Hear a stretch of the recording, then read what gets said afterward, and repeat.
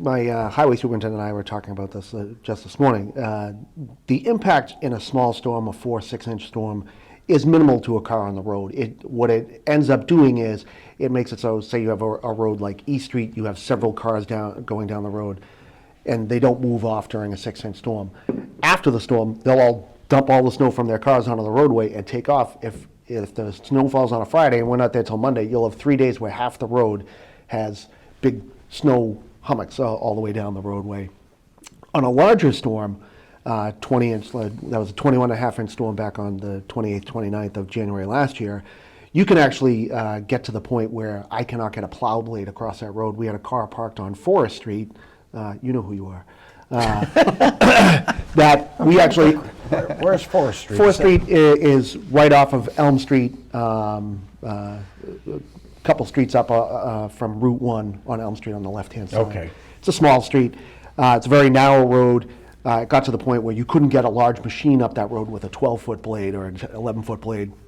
So you end up having to go back and forth with a pickup truck, which, you end up losing ground around that vehicle, for the storm. And it makes it much more difficult after the storm for anything but a loader to get that much snow out of there, especially when the guy, whoever it is, finally digs himself out and gets out of there. So, well, I understand, towns, cities like Attleboro, and we've heard it before, North Attleboro, that they wanted to move away from the ban. On the flip side of that is, if when we need you to move your car and you don't, it would have to be towed, or, there's consequences. If you get it to the point where an ambulance can't get down that road or a fire truck can't get down that road, then you're putting people's lives at risk so you can park on the street. And some of them actually have places to go, they just choose not to park there. I do understand there's limitations. We do have a parking lot on Church Street that is, one side is open overnight to residents if they needed to relocate their cars and park there. But it's difficult. I know on a day like today, it's raining, it's not gonna freeze over, we're not gonna be plowing today, unfortunately for me. I like plowing. On a day like this, I can understand the issue that people have to say, why can't we park overnight on a night like this? So that's something that is generally between the police chief and the town manager. We'll deal the hand that we have, but residents should know it does cause a legitimate impediment in larger storms. And I think that weighed really heavily in my discussion with the police chief about this topic is something we have addressed, because I do agree that there is a lot of good technology out there. Code Red, for instance, our notification system that we use to notify the public of any kind of emergencies or public information or public services. And if you're not a member, please sign up. It's a way that we'll be communicating with the public.